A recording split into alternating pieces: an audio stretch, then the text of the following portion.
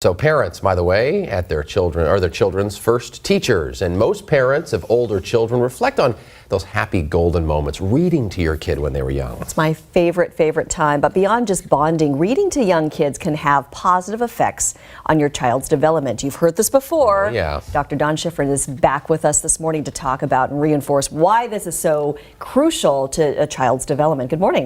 Good morning. Nice to be here. So we've all heard as parents, you got to start reading right when they're newborns. And I remember as a new mom, I'm thinking, it's a baby. She's not going to understand what I'm saying, or, she's not going to be able to respond. But really, at that early age, it's when you should start, right? Absolutely. Babies are wired to learn.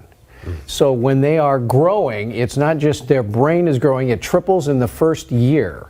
So what we want to do is we want to establish that great parent-child connection of trust and security, but also parents are the first resource for their youngsters, the literary resource and the reading resource. So obviously when you talk about language, whether it's singing, rhyming, or reading, right from the very start. Now certainly babies at 4 to 6 months can grasp books and they can chew books, but they can also follow the words, and we have great research translating the research into that parent-child connection to reinforce language, and the neural pathways that it reinforces really increases their chances of being much more ready for kindergarten if you start reading early and often. Does it depend what kind of book you read, or with a style, pop-up and things like that? What do you recommend? Well, pop-up books probably wouldn't be appropriate for kids, like I would say, at 4 to 6 months. These are good books. But it really doesn't depend on what you read. It depends on how much you read, because we know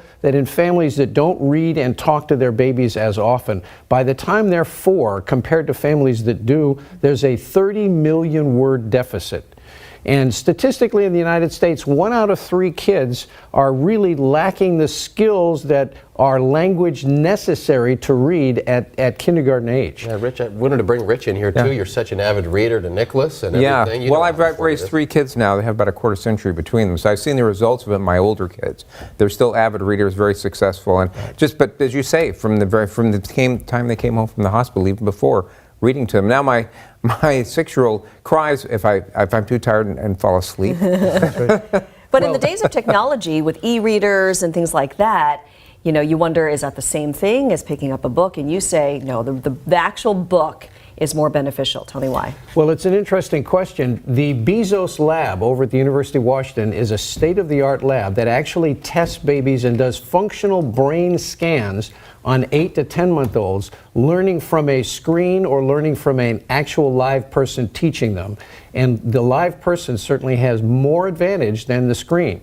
So the other thing is that when kids see us on these screens, what happens is that connection that you have, that parent-child connection, is interrupted by that third party. And it's not as effective as teaching with an actual book. The other thing, of course, is role modeling. If kids see us reading, they're more likely to include reading in their repertoire.